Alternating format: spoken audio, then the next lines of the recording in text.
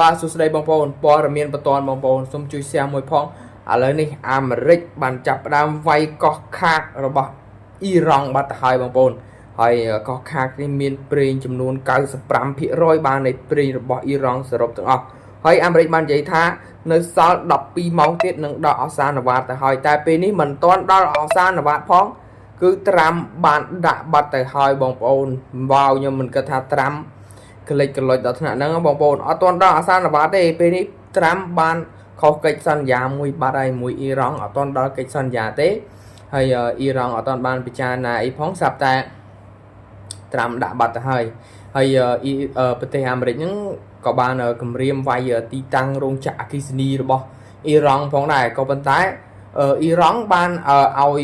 យុវជនរបស់ខ្លួនហ្នឹងឈរទៅតាមទីតាំងមួយចំនួននៃទីតាំងអគ្គិសនីរបស់ខ្លួនទាំងអស់ហ្នឹងដោយយុវជនរាប់ម៉ឺនរាប់សែននាក់បានធ្វើការទៅយាមនៅទីតាំងនឹងតែម្ដងដោយ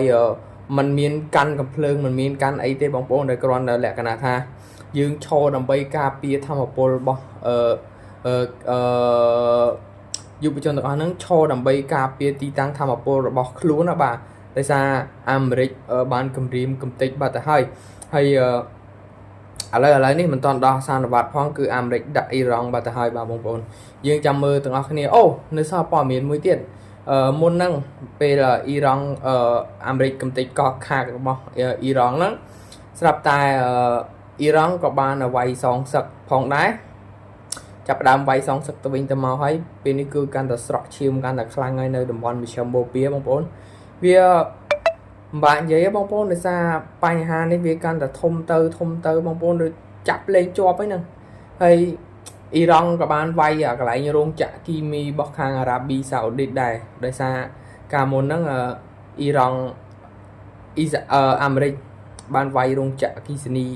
រោងចក្រគីមីរបស់ខ្លួនបាទមិនដឹងអាមេរិកមិនដឹងអ៊ីស្រាអែលទេក៏ប៉ុន្តែក្នុងឥឡូវនេះអ៊ីរ៉ង់បានសងសឹកវិញហើយបងប្អូនហ្នឹងហើយយើងចាំតាមដានមើលទាំងអស់គ្នាអត់តដល់អាសានវត្តផងអាមេរិកដាក់ទាំងបាត់ហើយបានន័យថាខុសអាសានវត្តមួយបាត់ទៀតទេ